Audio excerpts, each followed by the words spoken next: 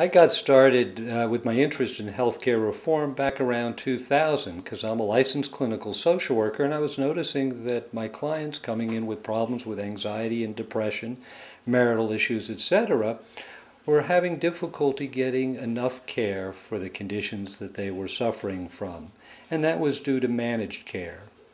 And then a couple of years later, I realized that the reimbursement rate from those same insurance companies had been frozen, so that I wasn't making any increase in income despite inflation.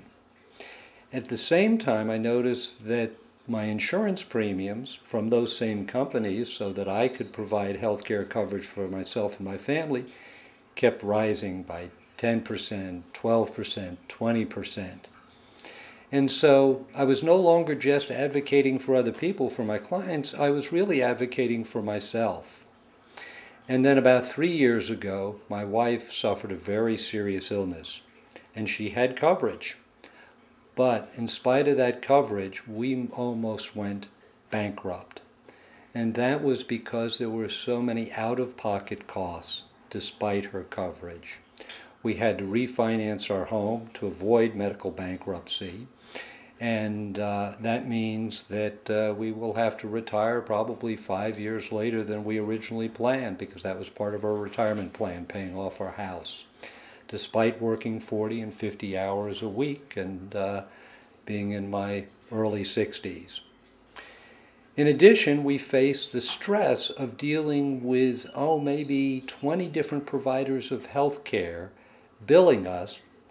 It was confusing what the billing was covering. It wasn't always accurate. We had to negotiate repayment plans with each of those insurance companies. Our credit was threatened even though we paid everything off. And so we were also facing another one of the problems of our fragmented healthcare system. My wife is a very bright person. She had to have neurosurgery for what fortunately turned out to be a benign brain tumor. But when she was in the hospital, because of inadequate staffing, she had to monitor a complex regimen of medication, and she caught several medication errors. Thank goodness, because it could have been lethal for her otherwise. And for someone coming out of neurosurgery, that's quite a task.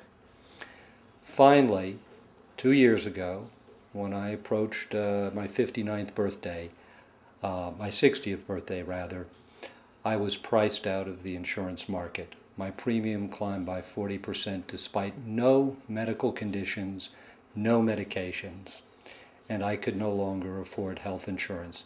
So I'm currently one of the approximately 50 million uninsured.